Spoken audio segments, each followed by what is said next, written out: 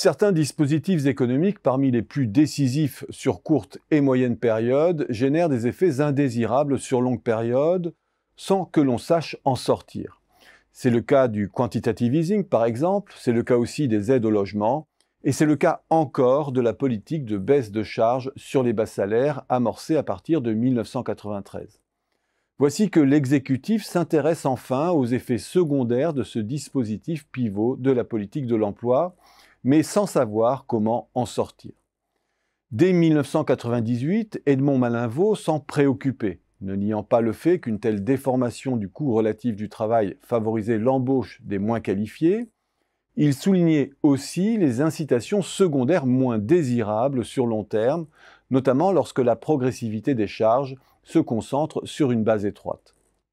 C'est l'enjeu de la mission que Matignon a confiée fin novembre à Antoine Boziaux et Étienne Vasmer, qui doit remettre ses conclusions fin juin, avec 3 interrogations majeures. 1. Le couplage entre seuil d'exonération des charges patronales et salariales d'une part et aide publique d'autre part, empêche-t-il les bas salaires de progresser?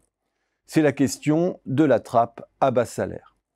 2. Décourage-t-il la formation et la promotion des salariés, formant une deuxième trappe?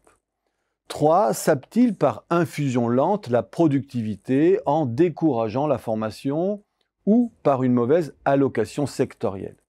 Ce que l'on sait, c'est que le système d'allègement de charges n'a cessé de s'approfondir et de s'étendre depuis 1993 jusqu'à 3,5 SMIC et que la progressivité des charges n'a cessé de s'accentuer entre 1 et 1,6 SMIC.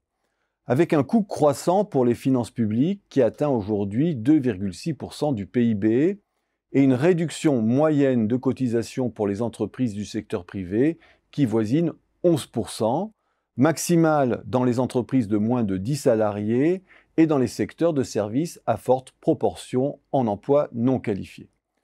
L'impact en emploi de cette politique a fait l'objet d'une vaste littérature, souvent discordante.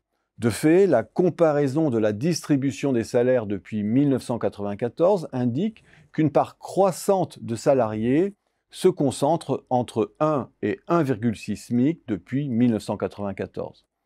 Ce qui est compatible avec l'idée que la politique de baisse de charges a eu un effet de structure sur l'emploi, ce qui est cohérent aussi avec l'idée d'une trappe à bas salaire ou d'un déclassement salarial des qualifications.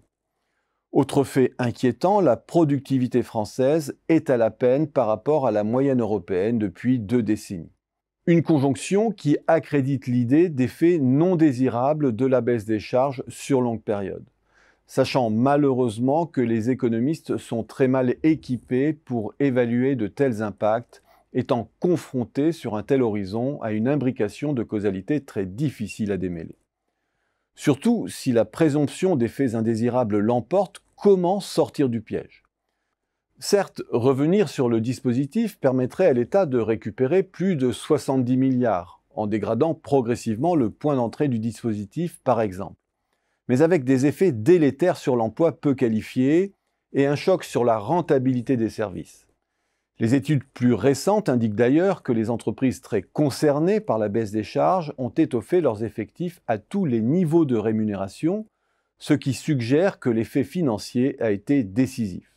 Une telle politique ne serait concevable que conçue de façon très graduelle, avec un ciblage différencié selon l'activité, la taille des entreprises, leur géographie aussi. Au prix donc d'une complexité croissante et sur un horizon trop long pour en assurer la pérennité.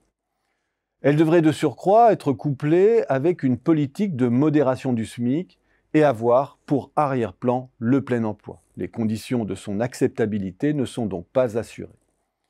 L'autre piste consisterait à atténuer la progressivité des allègements de cotisations.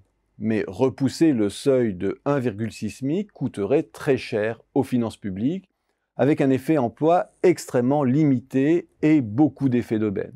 Une telle politique est proscrite en l'état des finances publiques.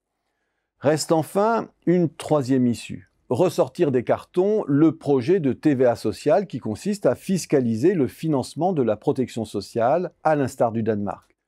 Continuer à raboter les charges au-dessus du SMIC en compensant le manque à gagner par des hausses de TVA.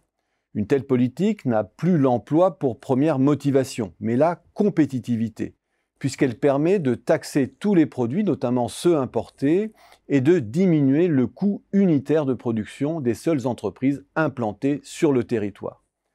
C'est un serpent de mer, mais c'est bien la réforme qui doit être au cœur du débat si l'on veut vraiment remettre de la neutralité dans la fiscalité de l'emploi.